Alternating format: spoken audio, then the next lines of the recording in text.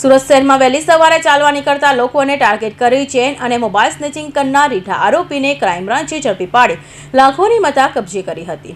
Surat crime બ્રાન્ચની ટીમે વિવિધ ટીમો પેટ્રોલિંગમાં હતી ત્યારે બાતમીના આધારે સુરત શહેરના પાલ, અડાજણ, અઠવાગેટ વિસ્તાર સહિત વિવિધ વિસ્તારોમાં વહેલી સવારે ચાલવા નીકળતા લોકો પાસેથી સોનાની ચેન અને મોબાઈલ ફોનની ચીલ ઝડપ કરનાર આરોપી સાહિલ ઉર્ફે સાહુ ઉર્ફે વસીમ ઝાકીરને ઝડપી પાડ્યો હતો।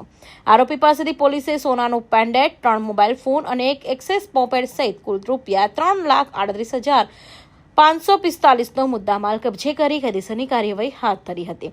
સુરત શહેરમાં મિલકત વિરુદ્ધના ગુનાઓ અટકાવવા માટે ક્રાઇમ બ્રાન્ચની ટીમો સતત લાગેલી હોય છે। એ અનુસંધાને એન્ટી એસ્ટ્રોઝોનના પીઆઈ સિંધા અને પીએસઆઈ મેડાની ટીમને એક બાતમી મળેલી।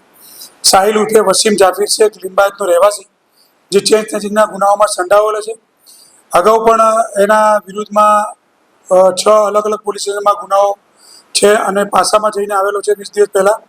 એવી બાતમી આધારે આ આરોપીને લાવી સઘન પૂછપરછ કરતા અત્રે પાલ પોલીસ સ્ટેશનના એક ગુનામાં એને ચેન સ્નેચિંગ કરેલું હતું, જે આધારે લાવીને વગર પૂછપરછ કરતા એની પાસેથી ₹3,38,000નો મુદ્દામાલ મળી આવેલ છે અને અશ્વિની કુમાર પાલ અને અડાજણ પોલીસ સ્ટેશનના ગુનાઓ એને કબૂલ કર્યા છે।